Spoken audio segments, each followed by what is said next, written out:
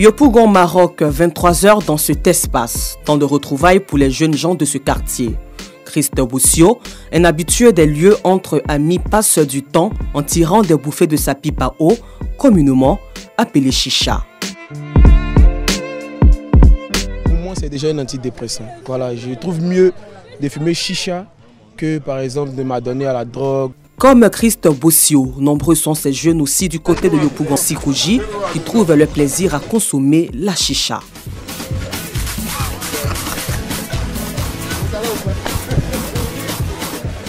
Je fume la chicha parce que ça m'aide à déstresser, oublier certains trucs et puis c'est bon quoi, c'est relax.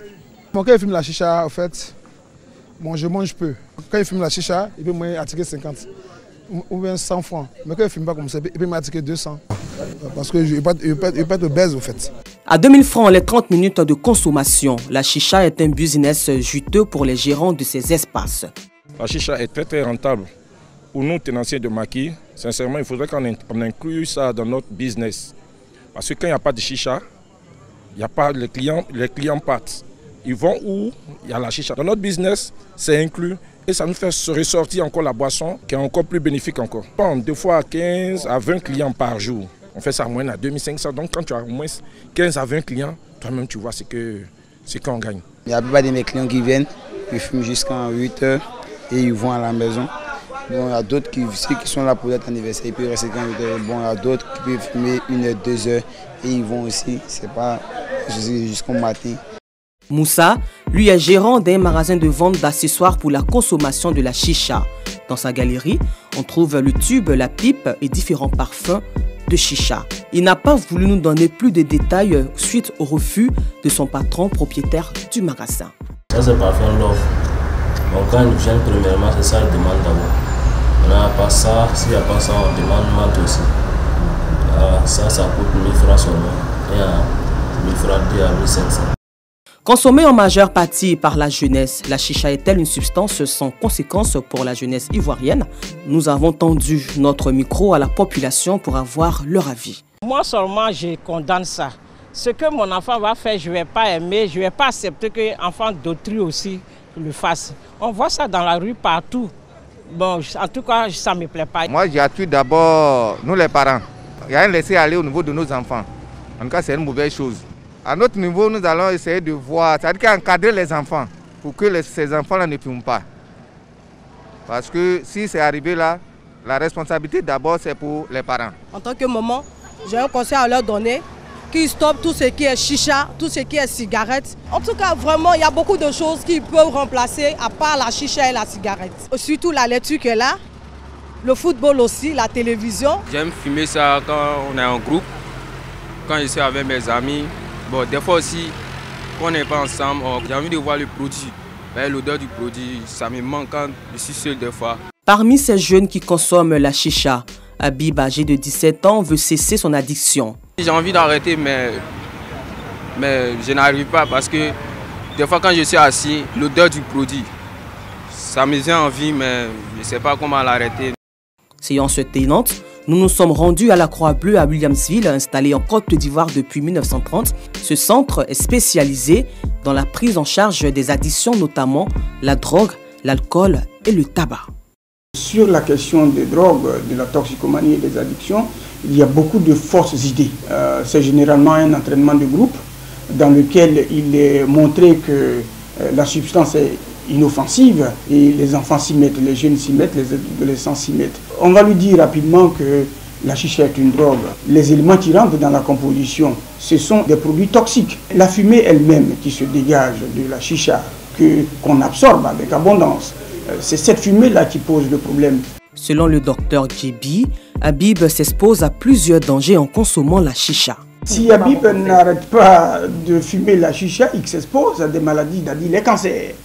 Il a aussi donné des indices aux parents pour reconnaître un enfant qui consomme la chicha. Ça passe par 3 éléments fondamentaux. Le changement du comportement. C'est un enfant qui a moins de temps à la maison, qui est toujours dans un groupe, qui est toujours parti, qui rentre tard. C'est un enfant chez qui, bien entendu, les résultats scolaires vont très vite péricliter. Un enfant qui au départ très brillant se retrouve avec des notes catastrophiques. C'est un enfant qui va être très vite irritable, beaucoup de conflits dans son entourage. C'est quelqu'un qui va devenir très pâle, qui va donc être anémié, il va développer des gestes saccadés. Il détiendra désormais des objets débriqués, des désodorisants parce qu'il a besoin de faire rapidement évacuer la fumée. La prise en charge des fumeurs de la chicha se fait de façon sociable. Si l'enfant est déjà dans un processus de consommation, il n'y a pas de schéma, il faut appeler les spécialistes. Il faut déjà qu'il y ait une demande de soins.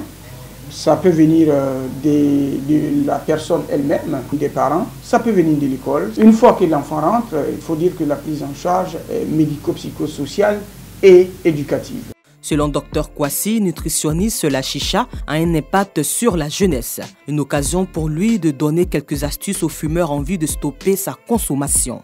La chicha, c'est du tabac de fumage qui se déroule. Le fumage se fait dans un tube, sinon dans un petit réservoir qui est composé d'un réservoir avec de l'eau, avec du charbon et en même temps avec un tuyau où passe la fumée, qui est inhalé par la personne qui consomme. Alors, le mot chicha vient de Perse et puis de l'Inde, c'est-à-dire dans le Moyen-Orient. Au départ, on utilisait les cabosses, disons les coques de coco. Donc, c'est le mot chicha. Ce système-là qui permet d'obtenir beaucoup plus de fumée, parce que c'est l'objectif du consommateur. Avec la chicha, en 1 heure de temps, je peux fumer l'équivalent de plus de 200 fumées, c'est-à-dire cigarettes. Quand vous avez envie de fumer, prenez quelque chose que vous aimez manger. Je prends du chewing-gum, je mastique ce chewing-gum, ça va me permettre de ne plus avoir envie de fumer. Donc ces personnes, on les oriente vers certains éléments qui n'est pas cigarette, qui va les aider à mieux oublier la cigarette. Si la personne aime des cacahuètes, à la place de la cigarette, on lui demande de mastiquer, de manger des cacahuètes ou bien de prendre un fruit en lui donnant psychologiquement des conseils, en l'invitant, on lui fait comprendre l'impact de fumer sur sa santé en tant que tel. C'est nous tous qui sommes concernés, que ce soit les parents, que ce soit la communauté en tant que telle, y compris notre gouvernement, parce qu'il y a des brigades anti-stupéfiants qui existent déjà en Côte d'Ivoire. C'est chacun doit amener sa petite contribution pour que cela vraiment prenne un peu de recul.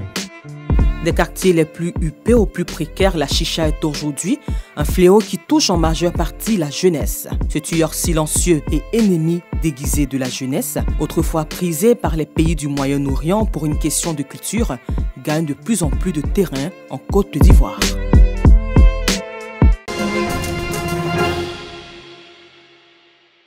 La Côte d'Ivoire est le pays hôte de la 41e édition de la Journée mondiale du tourisme. Elle a été désignée lors de la 23e Assemblée générale de l'OMT, l'Organisation mondiale du tourisme, à Saint-Pétersbourg, en Russie, en 2019. Et le thème qui a été choisi à cet effet est le tourisme pour une croissance inclusive. Cette édition qui se déroule en terre ivoirienne est une occasion pour notre pays, à l'occasion de cette grave pandémie qui a secoué le monde, et plus particulièrement le monde touristique, appelle à plus de vigilance et à un changement de paradigme. L'organisation de cette journée mondiale du tourisme est une opportunité de diriger les acteurs vers de nouvelles ouvertures en vue de repenser le développement et la promotion du tourisme mondial. La célébration officielle de la 41e édition de la Journée mondiale du tourisme débute le lundi 27 septembre.